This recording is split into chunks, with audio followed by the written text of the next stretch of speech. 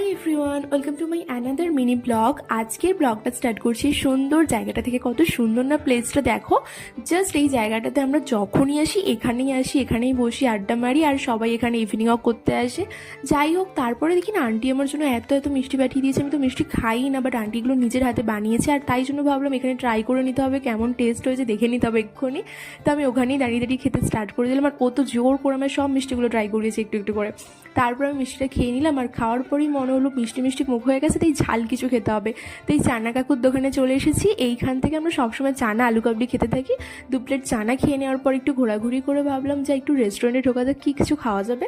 তারপর এখান থেকে নিয়ে নিলাম 1 প্লেট এগ চাউমিন। যে চাউমিনটা সত্যি বলতে দেখে তো মনে হয়েছিল খুবই ভালো হবে, বাট একদমই ভালো লাগেনি, বেকার লেগেছে।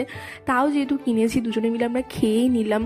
তারপরে দেখি না টিপ টিপ করে বৃষ্টি পড়ছে, তাই বাড়ি চলে যাচ্ছি আজকে তাড়াতাড়ি করে। তোমাদের ভিডিওটা ভালো লাগলে তোমরা কিন্তু লাইক করে